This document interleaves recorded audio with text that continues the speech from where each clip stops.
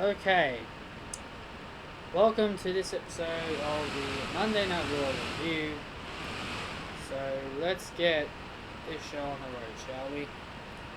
The show began with Drew McIntyre being confronted by Dolph Ziggler. Dolph Ziggler said that he had a surprise for Drew, and that surprise was none other than Heath Slater. A released superstar made his way back to television. I don't know if they re-signed him. I'm assuming they just brought him back, I guess, just for one final moment, I guess. So he wanted a match with Drew McIntyre, and Drew McIntyre didn't want to. So then Heath started provoking him by pushing and slapping him, and Drew reluctantly agreed. The match was over in about 10 seconds. Match began, Claymore, that was it. Then after the match, we had... then after that match, then Dolph Ziggler got very angry with Heath, and he started brawling with Heath. Drew would come back to save his friend, and then Dolph would scurry away. He would scurry away and flee the scene. And Drew and Heath have a feel-good moment in the ring, which kind of makes me think Heath Slater is not coming back. I don't think he is. I don't think he's coming back. I think maybe they just wanted to give him this big send-off on his way out. Heath was a superstar who was in the WWE for a very long time. Debuted in 2010 with the Nexus. He had a very long career. I would say Heath Slater's a bum, but you know what? Finishing your career in WWE as a 4-time tag team champion, not bad for a guy who barely ever got a lot of television. Then we had Sasha and Bayley on Raw. They bragged, like they always do, being them. And then Asuka would come out, and she would brag that she has a friend. And Bayley would once again throw Sasha under the bus, make Sasha wrestle whoever Asuka had as her ally. She said Sasha can beat anyone. Doesn't matter who you have as your friend. Sasha can beat anyone. So Sasha was thrown under the bus again by Bayley, and out came Kairi Sane. So Sasha Banks had to fight Kairi Sane. The match, great. It was absolutely wonderful. I liked it. Sucks it ended by DQ, but it makes sense. Also, there was something in this match which was a very weird comment by Byron Saxton. Byron Saxton made this comment that made no sense to me. Byron Saxton, for some reason, said that Sasha Banks has been making Bayley fight her battles more than Bayley has made Sasha Banks fight her battles. Now, I don't know why he said this. I don't know if it was a mistake. I don't know if he made a mistake or something. But it's the other way around, Mr. Saxton. Bayley has made Sasha Banks fight her battles more than Sasha Banks has made Bayley fight her battles. Bayley has thrown Sasha under the bus 5 times. Tamina, Lacey Evans, Nikki Cross, Alexa Bliss, and now Kairi Sane. 5 times. 5 times. 5 times. 5 times. That Bayley has thrown Sasha Banks under the bus. Sasha only did it to Bayley on SmackDown. I guess you could say as kind of payback. And I guess maybe some people could think Bayley just did it to Sasha as revenge for what happened on SmackDown.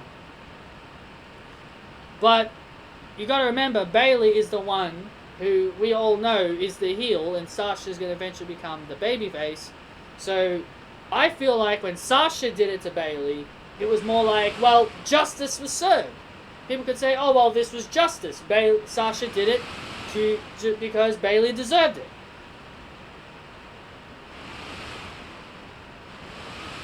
So, this match is great. I really did enjoy it. Sucks it was a DQ, but as I said, I think the DQs have been making a bit more sense.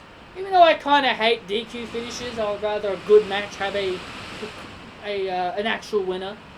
But Kairi Sane walked away with the win. She didn't have the face paint on her face this time. Makes me think she's probably gone back to the Pirate Princess, but I guess she still had the umbrella, so I guess she isn't really the Pirate Princess yet. But it was a great match. It was definitely a great match, and I thoroughly enjoyed it. Now, I don't know. Now, correct me if I'm wrong. I'm probably wrong, but correct me if I'm wrong. I think when Paul Heyman was in charge, he didn't put a lot of effort in the women's division. I think the women's division, when Paul Heyman was running it, was the weakest on Monday Night Raw. It was very weak on Monday Night Raw. It was only good when Becky Lynch was on TV. Women's wrestling has definitely been something I've enjoyed. But I feel like whenever Paul Heyman was in charge, I felt like the women's division was the weakest thing a part of the show.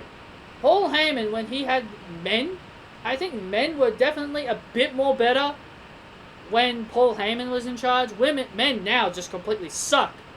But I think when the men were with Paul Heyman, I think Paul Heyman put a lot more effort in the men's division more than the women's division.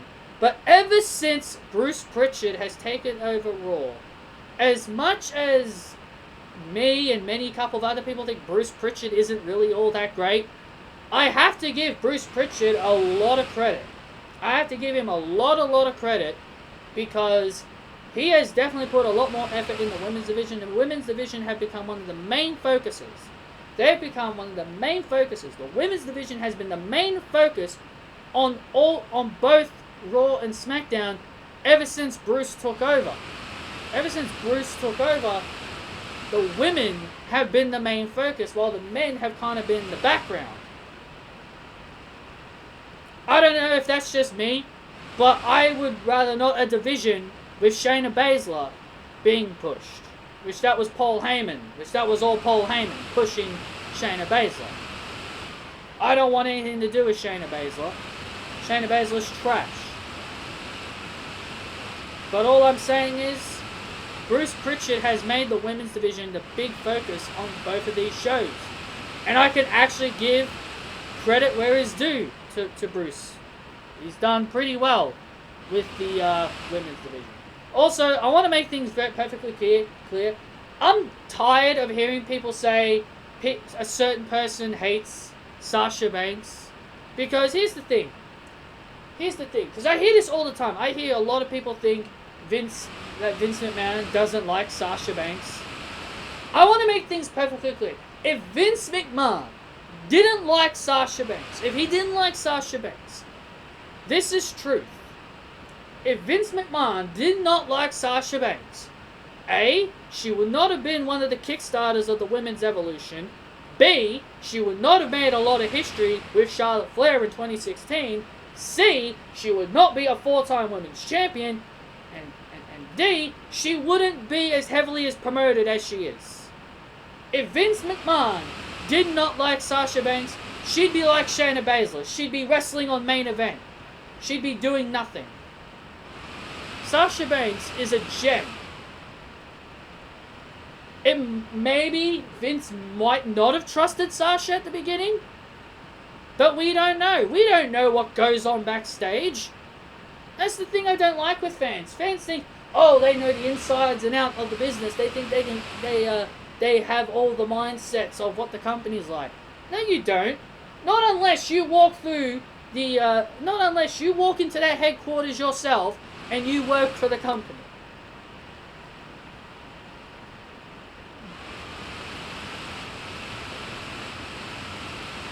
So I honestly think Vince McMahon does like Sasha Banks. Because I've been hearing a lot of people think that Vince doesn't like her. I truly think Vince does. Because why wouldn't he? Because why wouldn't you hate Sasha Banks? If you hate Sasha Banks, you're just an idiot. She's somebody. She is face of the company. Sasha Banks should easily be the face of the company. Now, I may disagree with what they're doing with this storyline. Sure, some people may like it and all, but my major complaint about this whole thing is, why do they need to drag this out? Because now that SummerSlam is being pulled to the Performance Center, some people now think Sasha and Bayley's feud should be postponed even longer. I don't know if I have the patience for wait for these two to have their feud. SummerSlam, in my opinion, this is just my opinion, in my opinion, SummerSlam is the deadline. If you don't do Sasha versus Bayley by SummerSlam, just can it. Just can it. And also, I've heard some people say, well, Sasha and Bayley, they've done great things as tag team champions. They need to stay tag team champions because they've been rebuilding and elevating the division. I don't think you guys realize the moment Sasha and Bayley do lose those tag team titles, it's just going to go back the same way. It's just going to go back the same way. It doesn't matter. It's like you're comparing Sasha and Bayley building up the tag team division. It's like you're comparing it to when John Cena did the US Open Challenge. Has the United States Championship looked any more prestigious after John Cena's Open Challenge? No, it hasn't. Just because a certain somebody makes the title worth a damn doesn't mean the title's gonna forever be prestigious. We will know it'd be prestigious because of Sasha and Bayley. We will know it'd be prestigious because of them. But we all know the moment that they do drop those things, the belts are going to go back being the same way. So I don't see the whole point of building up the tag team division brick by brick by brick. I don't see the whole point of it. I don't see the whole point of it. These tag team titles, they are supposed to be the catalyst that's going to break up Sasha and Bayley. They're not supposed to be tools for them to help create a tag division. They're supposed to help build up their eventual breakup. That's just me. That's just my personal opinion. And that's just me being very honest. Because I honestly don't know what else you could do with Sasha and Bayley as the tag team champions, because next week they're going to face the Kabuki Warriors for the tag team titles. Now, this is just me. I think it's possible they could pull a swerve here, and they could have Sasha and Bayley lose the tag team titles. Now, I know, some people are going to be like, oh, but Kairi Sane's leaving. Yeah, but we don't know when. We don't know when. That is the key. We don't know when she's leaving. Why not? Why not have Kairi Sane hold the championship for maybe a good 3 to 4 weeks? We don't know how long she's going to be. We don't know how long it is until she's gone. We don't know. We don't know. I'm just saying, why not just have Kairi and Asuka be the tag team champions, have them dethroned. In my honest opinion, they're like the only team that I could see dethroning Sasha and Bayley. Like, I like the idea of Ruby and Liv, but they're slowly building to them. It's definitely not going to be the Iconics, because they've had enough chances. It's definitely not going to be Dakota and, what's-her-face, Rachel. It's not going to be Tegan and Shotzi, because, Tegan's going after the NXT belt. It should not be Alexa and Nikki Cross. If I was to pick one team, not the Kabuki Warriors, to put down Sasha and Bayley's title reign, it'd be Naomi and Tamina. Or Naomi and Bianca Belair, if you want to involve Bianca Belair. But all I'm saying is, the Kabuki Warriors, in my opinion, are the perfect team to put down Sasha and Bayley's tag team title run. I just don't know. I just don't understand, and I just don't know how you can push Sasha and Bayley's feud past SummerSlam. I don't know why anybody thinks they should not have their match at SummerSlam just because it's taking place in the Performance Center. Someone said it best. Someone on my timeline said it best. We have to accept the facts that there's not going to be any more fans, possibly until next year. I know people want the Sasha and Bayley stuff to be with an audience, but if we have to wait until next year to get an audience, I don't think some people have the patience. I just don't think there's people out there that have the patience to wait for another full year just for Sasha and Bayley to get their match. I would rather them have their match at SummerSlam. You don't have to agree with me, but I would rather have it happen at SummerSlam. No Raw Women's title for Sasha Banks. No 2 belts Banks. We don't need any of that. We don't need any of that. We just need Sasha Banks without a title, and she is paranoid that she doesn't have a belt. Bayley still has a belt. Bayley turns on Sasha because of the tag team, because they lose the tag team titles. We just need that. That's just what I need. That's just what I just want to focus on Sasha versus Bayley. I just want to focus on their feud. No need to add more titles or add any layers. We don't need any additions. Just do the feud. That's all I'm asking. I would rather the feud be done. And if people think Sasha and Bayley should be focusing on the tag team division, then why have Bayley hold the SmackDown title? Sure, it adds to the storyline, but how many more weeks? How many more weeks are we going to be seeing Sasha and Bayley throw each other under the bus? How many more weeks can we see Sasha look at the SmackDown Women's Championship, touch the SmackDown Women's Championship, glare at the SmackDown Women's Championship? How many more times are we going to see this until we kind of get tired of it? It's like we know. It's like we're going to predict it at this point. Sasha's going to look at the title. She's going to touch the title. Oh shit, Sasha's going to be thrown under the bus again. It's like it's kind of like we kind of know what they're doing here. I just think it's time. Some people may think it's too early because, oh, they're red hot right now. When's the last time Vince struck when the iron was hot? Other than Becky and Kofi Kingston? I just don't see it. I just don't see it. We had MVP reveal a new United States Championship. Looks good. I do like the new United States Championship. Definitely looks great. So I'm actually glad they've updated the Intercontinental and US belts. I really do like both of the designs. They both look really good. So I'm actually very happy about that. Seth Rollins was on the Kevin Owens show, which led to a tag match with Ray and Owens versus Seth and Murphy. It was supposed to be Aleister Black, but he got attacked. But then Kevin Owens agreed to be Ray's partner. Winner gets to pick a stipulation, and Ray's team obviously would get the victory, and Ray would select an eye for an eye match. No idea what that means. No idea what that is. It's definitely different. But I will say, it should be interesting.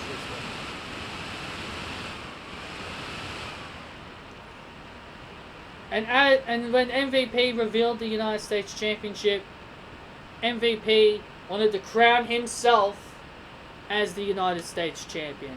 So Bobby Lashley would put the new belt around MVP's place, making MVP believe he's now the United States Champion. Which will lead to a tag team match with Ricochet and Cedric Alexander. Ricochet and Cedric believe that MVP shouldn't be claiming he's the champion because he hasn't beaten the champion for the title. And Lashley and MVP would win the tag match. Didn't really care for this, to be perfectly honest. MVP tries to, I guess, turn Cedric Alexander heel by convincing him to join him, which...